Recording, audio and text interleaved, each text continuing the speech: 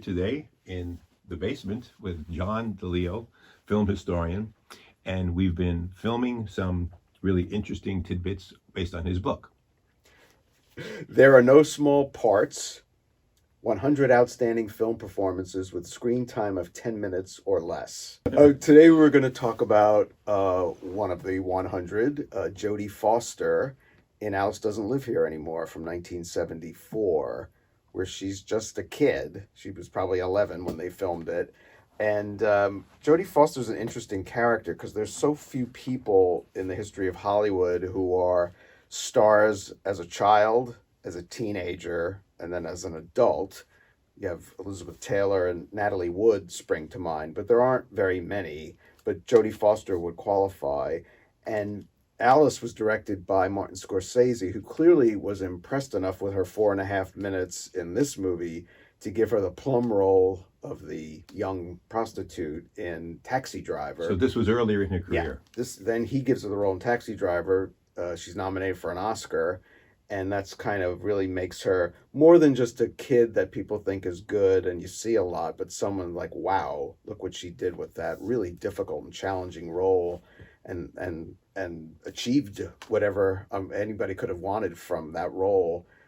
A certain level of maturity and intelligence that's true even in this tiny role where she's sort of like a bad influence on a kid, her buddy played by Alfred Lutter, and she's this sort of world weary tough kid who's so jaded. She's so young, but she's so jaded. How old is she in this? She must be 11 when they were filming wow. it. She was born in 1962. Yeah, she was probably like 11 when they were filming it.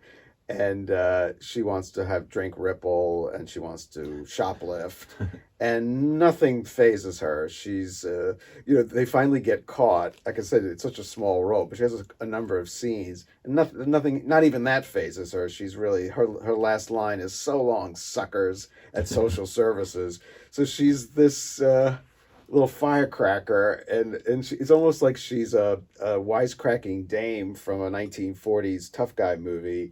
And here she is, pint-sized, and she's got all this presence, all this attitude, and you're not surprised to learn that she's going to have this major career and go through these transitions, and always able to meet whatever challenge at whatever age she was in the course of her career.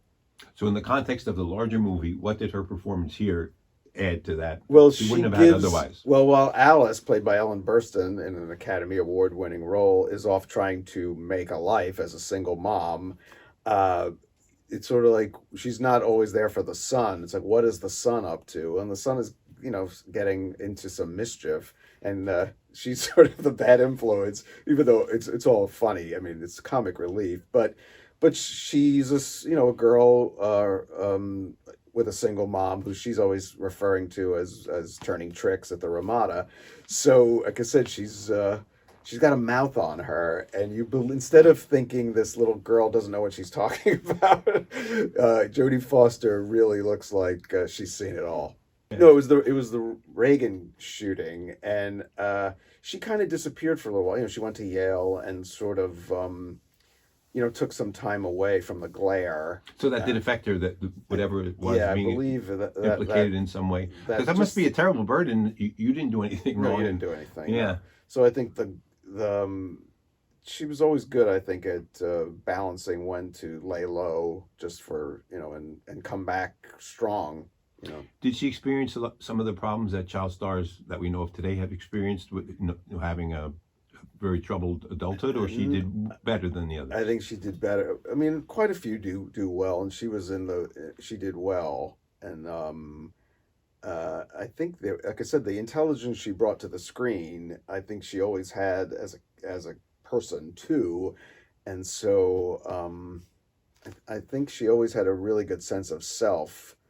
Well, I think when you see her even in 4.5 minutes as a kid in Alice Doesn't Live Here Anymore, you're not surprised that this is someone who's going to turn into an actress who's going to win 2 Best Actress Oscars. So she beat Marlene Dietrich. Marlene Dietrich never got an Oscar. Jodie Foster got 2. Wow. Thanks again, John. I'm so glad to have you anytime you agree to be with us. We'll see you again soon. Thanks, Nick.